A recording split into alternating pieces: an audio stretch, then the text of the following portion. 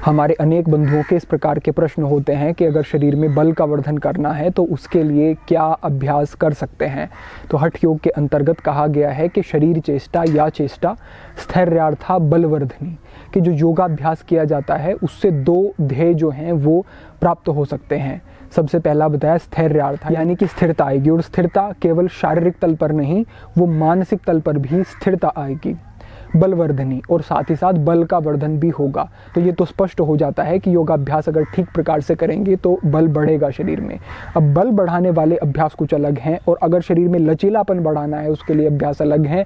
कुछ अभ्यास ऐसे होते हैं तो जो किसी विशेष बीमारी को लेकर के अभ्यास किए जाते हैं, लेकिन आज के विषय के बारे में अगर हम बात करें तो बल वर्धन कैसे हो, तो कुछ अभ्यास मैं आपके साथ साझा करता हूँ जो कि विशेष उपयोगी होंगे। लेकिन साथ ही साथ आपको ध्यान ये भी रखना है कि केवल व्यायाम ही पर्याप्त नहीं होता।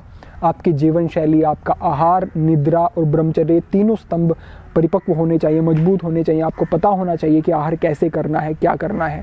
नींद ठीक प्रकार से आप लें, और ब्रह्मचर्य का पालन तो अनिवार्य रूप से ही आपको करना चाहिए अगर ये आपका उद्देश्य है, इस दिशा में प्रगति चाहते हैं। इससे आगे बढ़ते हुए वो अभ्यास जो कि श्रेयकर हैं। सबसे पहला अभ्यास, ये आप एकाग्रता से ठीक प्रकार से समझ लें। आपको इस प्रकार से अपने हाथों को आगे मैट पर रखना है और अपने शरीर को ऐसे सीधा कर देना है। दंडासन की स्थिति में आपको आ जाना है। यहाँ पर भी आपको कुछ समय तक रुकना है। आप समझें कि जितना आप होल्ड करेंगे इन आसनों में उतना ज़्यादा अच्छा होगा। इससे आगे बढ़ते हुए आपको चतुरंग दंडासन में जाना है और कुछ समय होल्ड करना है। एक बार देख लेंगे।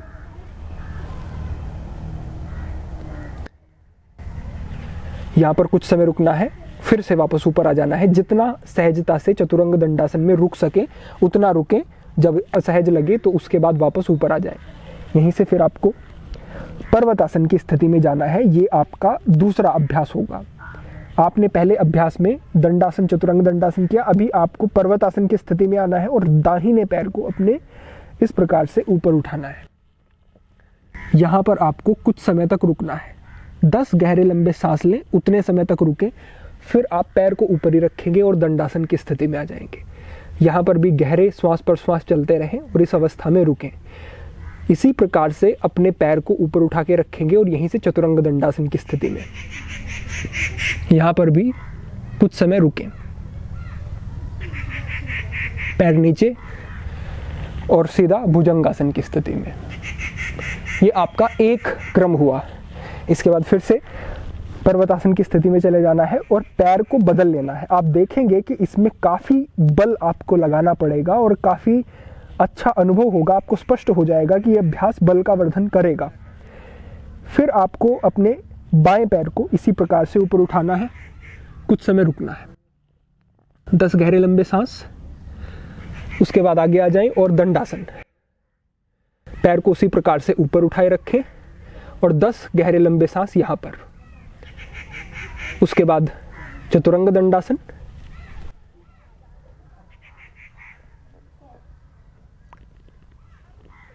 और फिर भुजंगासन।